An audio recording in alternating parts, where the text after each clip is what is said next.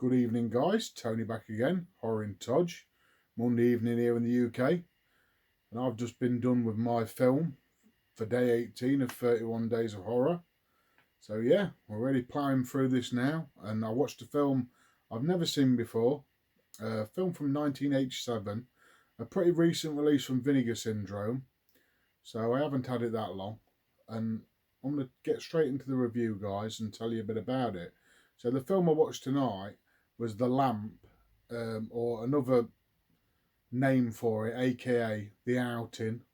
On VHS days it was either The Lamp or The Outing. Like I say, it's from 1987, very 80s feel, cheesy fun, and was directed by a guy called Thomas Daly, and it starred Deborah Winters, Warren Chaney, and James Houston.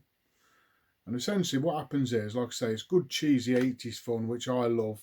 They're my favourite type of films. So I know they're not for everyone, but I just love that sort of thing. So you get at the start of this movie, these sort of thugs are robbing an old woman of her possessions, and they think she's got loads of money. She's got a great big house, and she's really like old and withered up. She's like nearly 100 years old, so they think it's going to be an easy ride. And essentially, they get into a sort of safe, and they find this lamp. So they end up like rubbing it or touching it wrong, and this genie is released, which sort of starts killing off these thugs. Some great gore in this, guys. Great 80s fun with practical effects and stuff. I really enjoyed it. And then you sort of get a cut scene to this sort of museum that's got these bits where when the police come and sort of clear up the dead bodies and stuff, they give this stuff to the local museum. So they've got this lamp and they're sort of trying to figure out, what's happening here. And then you cut to a part of high school, like all most 80s sort of supernatural slasher films. You get to a high school where there's these kids going on a field trip. So obviously, a trip with the school, that's why it's called The Outing on some. And they're going to the museum to look around.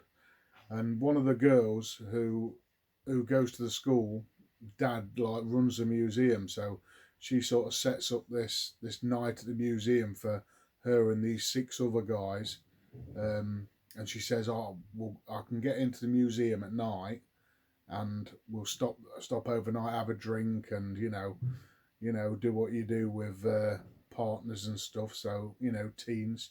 So yeah, they end up stopping overnight, and then they release this genie again around sort of the museum setting, which is a really good setting for a film. You got like dinosaur, big dinosaur bones, and there's all sorts of artifacts around. So it's quite a cool sort of 80s creepiness.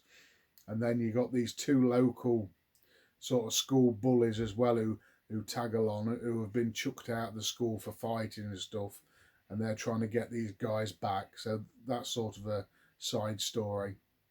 And you got her dad as well looking for her when she says, she's going to be home at night and she isn't, that sort of thing. So yeah, quite a lot going on, but some really cool practical effects, loads of blood, some real inventive kills. Like I say, this genie sometimes possesses the human body.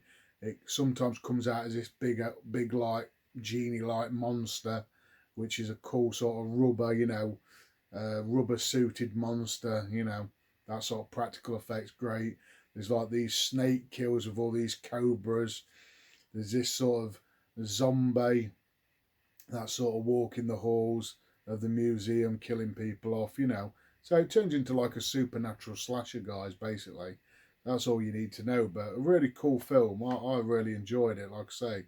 I have a good time with all this sort of stuff. When you turn it on 80s, everyone's dressed in the 80s stuff, all the 80s hair and, all the cheesy one-liners, and there's just, really good fun. And, like I say, some of the practical effects were really laugh out loud with this genie. It was quite cool. But I just love the fact of how the 80s, how much work they had to put in to do a film compared to, I know they do nowadays, but So these are low budgetish films, but the amount of work that goes into these rubber suits and stuff must be, you know, it's crazy really when you think about it. But really cool film, guys. I really enjoyed it, and if you're into the 80s movies and slashers and stuff, I think you'll have a really good time with this. It had sort of a feel of Slaughter High, that sort of thing, and then a little bit of like Mausoleum, if you know that film from the 80s. It had that sort of feel with the green eyes and stuff and the possession part.